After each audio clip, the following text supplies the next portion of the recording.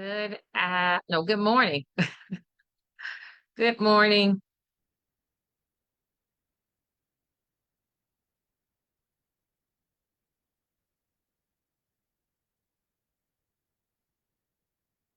Good morning. Good morning.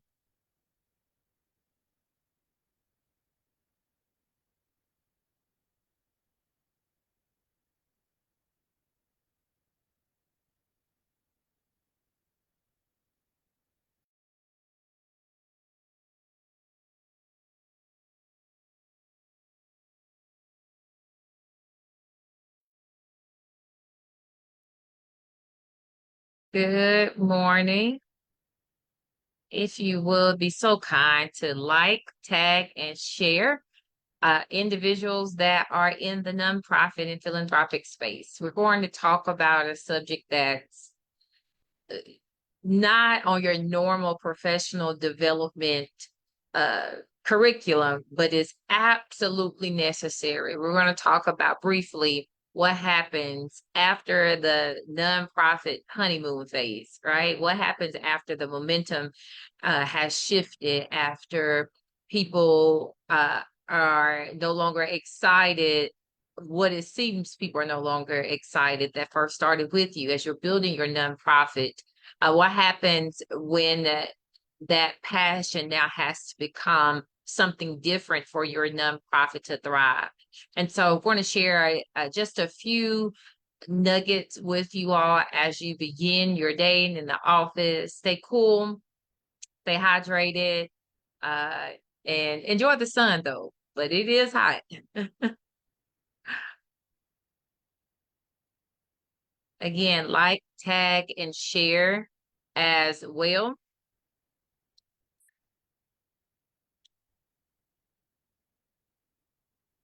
with your favorite nonprofit leaders and founders and board members and all the great things.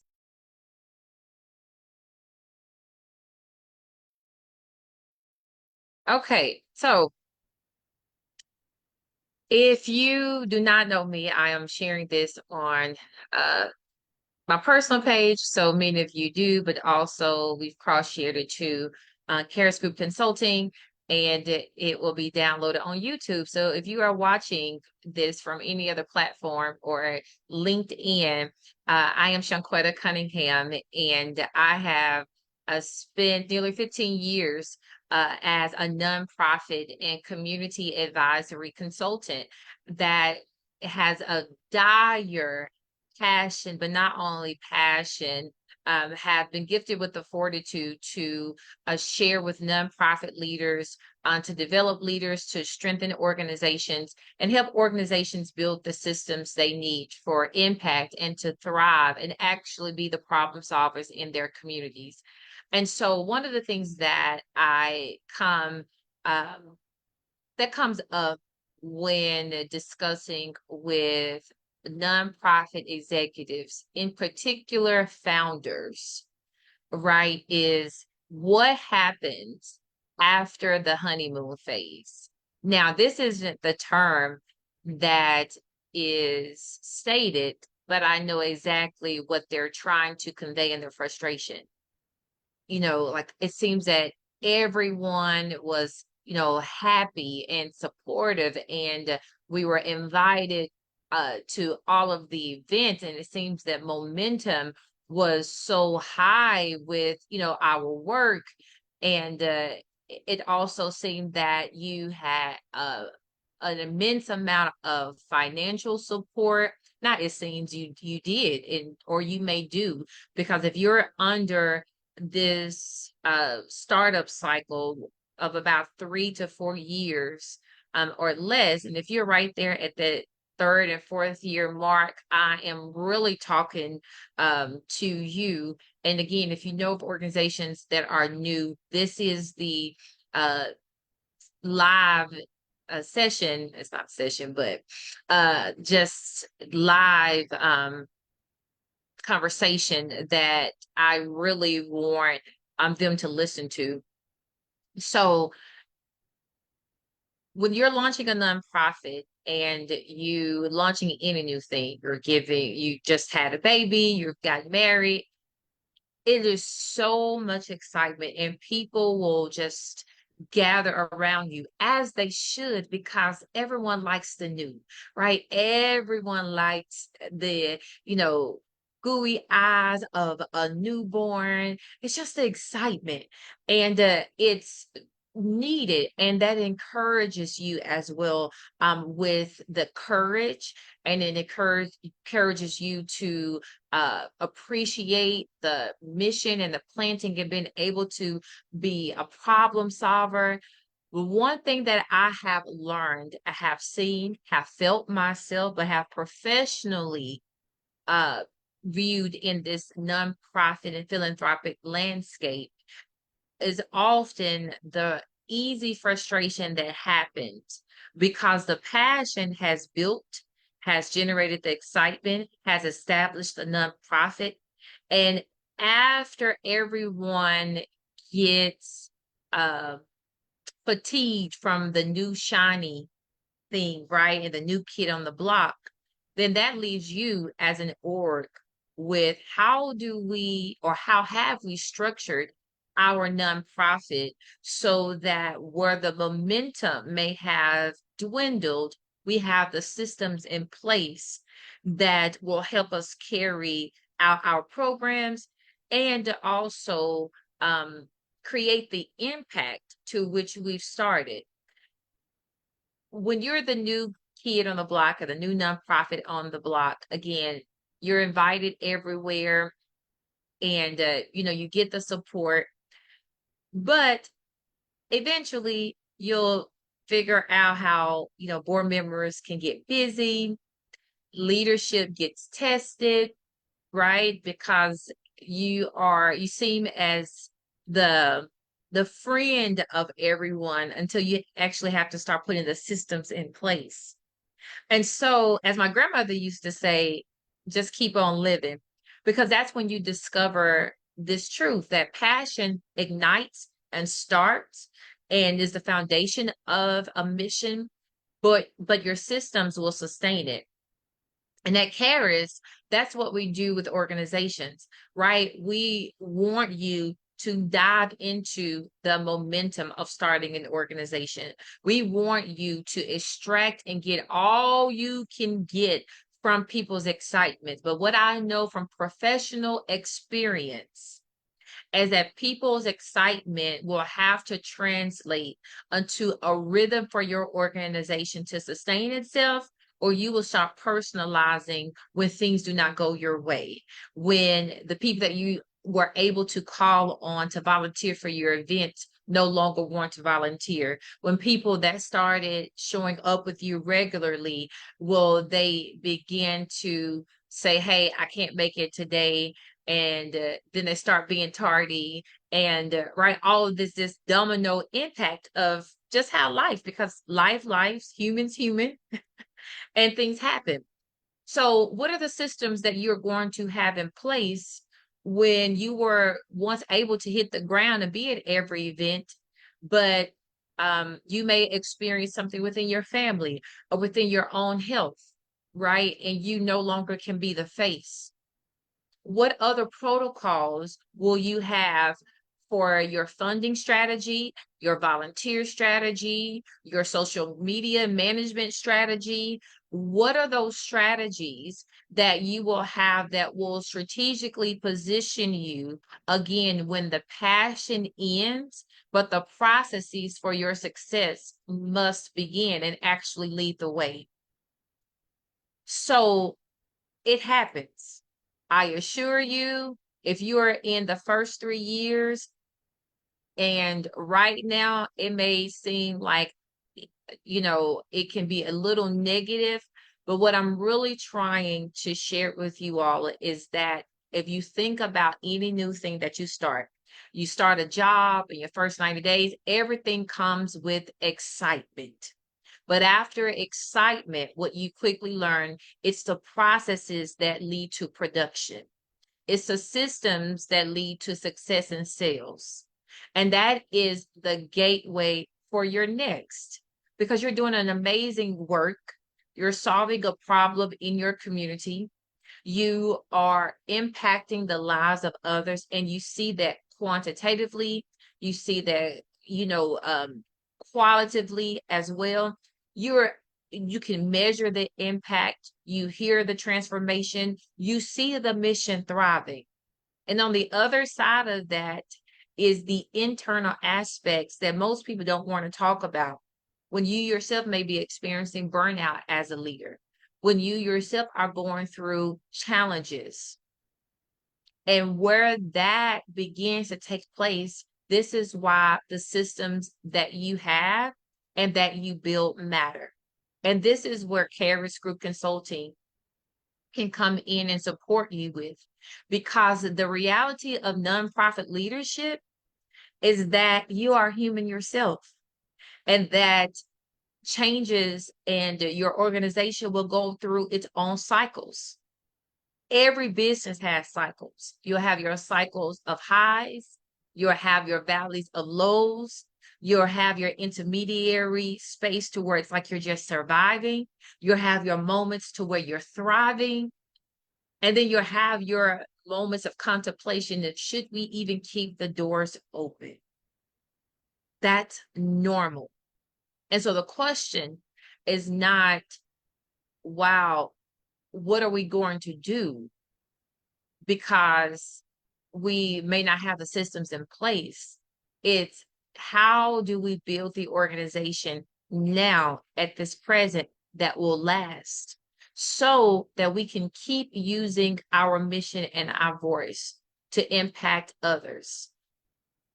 I understand deeply that questions will arise, especially after your first 3 years, that you never even had to contemplate in those first couple of years, especially as your fundraising expands and increases, and you're generating more income. And when you are able to do things on a volunteer basis, now you have to consider hiring staff. When you were able to handle the volume of your grant seeking process, now you may have to contract with a grant writer or a team.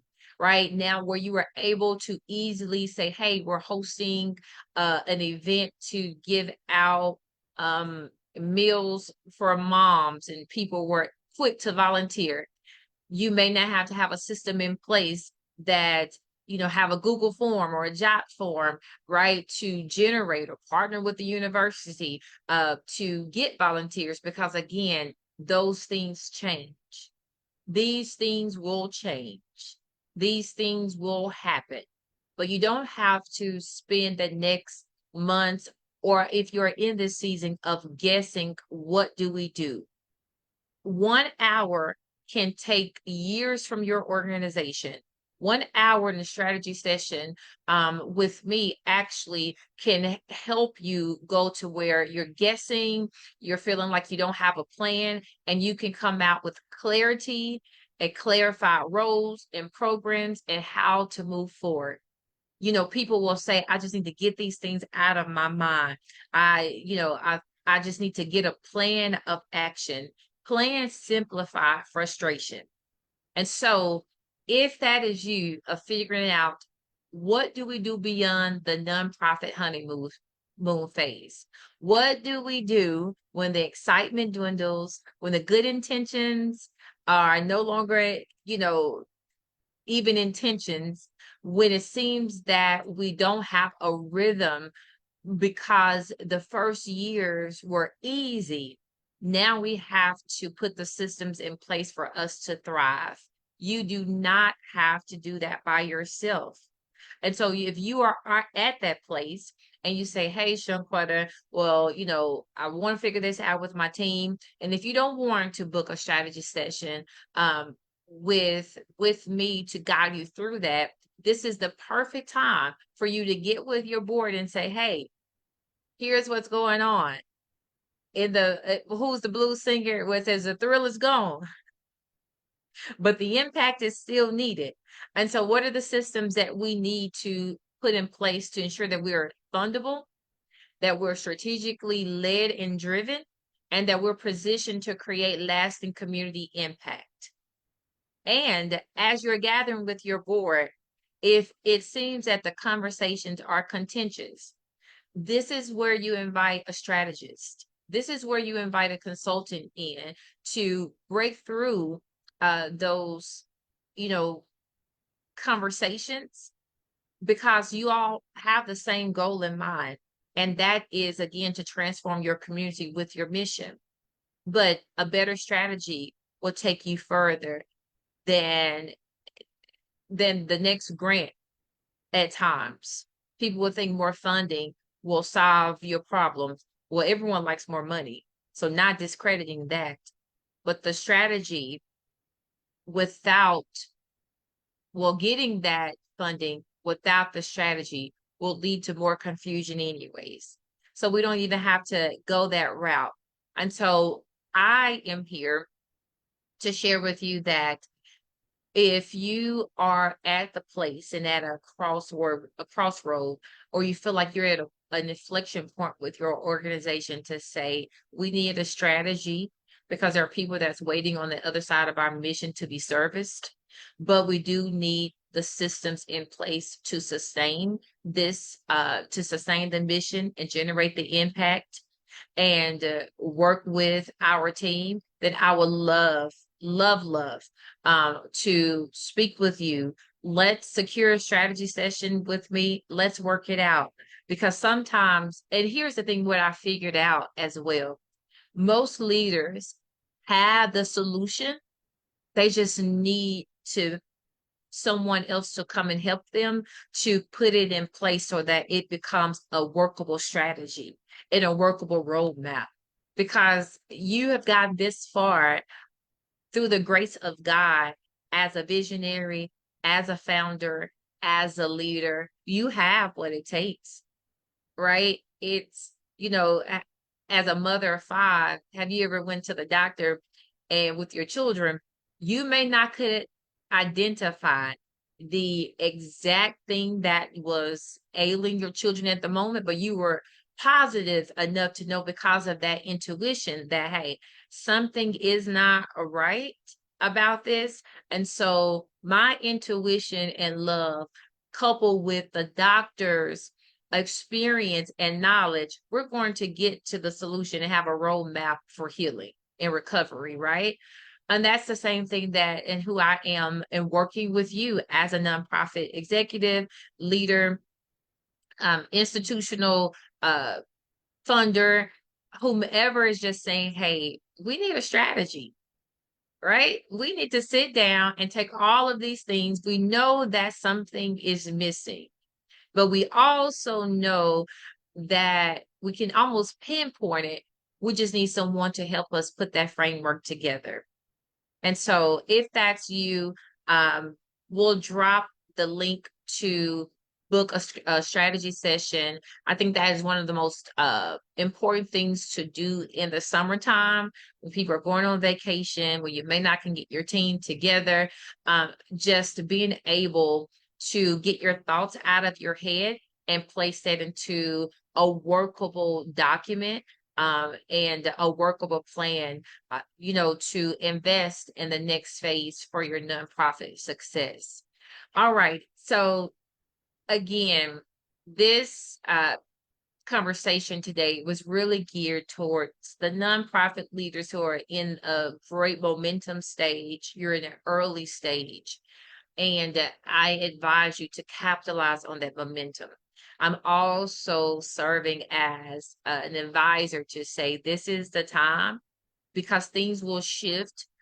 People, just like the news, people love to go to the next thing. And when that happens, how do you forge a formidable organization that still does the great work and can generate the systems that's needed to prepare for continued success? And if that is you, again, I'd love to speak with you, and just want to leave you with this, that passion will get you, and it will launch you, and it will start you. But the strongest organizations and the strongest leaders will use this season, the good season, right? Like the ant to prepare for what's next. And so be that diligent steward of preparation and let's talk. All right. Have an amazing day. Have an amazing Tuesday. Have an amazing July. Enjoy the summer. You have children. Enjoy uh, just being able to spend time with them. Sometimes you need that encouragement as a nonprofit leader, as a professional. Just enjoy the summer. It's fun. And I pray that you are enjoying that, what the summer should bring in your own lives and in your own organizations. Thank you so much for joining. Please, if you are not connected with me, with KHARIS Group, follow us on social media, LinkedIn, Facebook, Instagram, YouTube. If you have not subscribed to the newsletter, you can do that by going to the website at www.consultcaris. I'll be sure to drop that in here, .com. Keep up with the events as well. Each month we have a different training. And if you're a nonprofit leader, I'm going to keep stressing professional development. When it comes to nonprofits, businesses can host conferences and events, and everyone in the city will attend because somehow, and as needed, professional development and businesses go hand in hand. Sometimes it's hard to convey that to nonprofit leaders because we stop at passion. But passion needs a plan needs professional development. And I encourage my clients as well, at least 3 times a week, you should be reading something involving nonprofits, the sector of philanthropy, because that's the sector you're in. Educators read about what's happening in the education sector. You know, investors read about what's happening in the financial sector. Nonprofit leaders, community leaders, mission-based organizations should be reading about what's going on in the nonprofit community sector. So follow our page, Nonprofit Digest, Chronicles of Philanthropy, Candid. You know, just follow your industry. Empower yourself with that information. Okay, my third closing. You all have an amazing, amazing day. And I look forward to our one-on-one time when you book your strategy session with me. Thank you.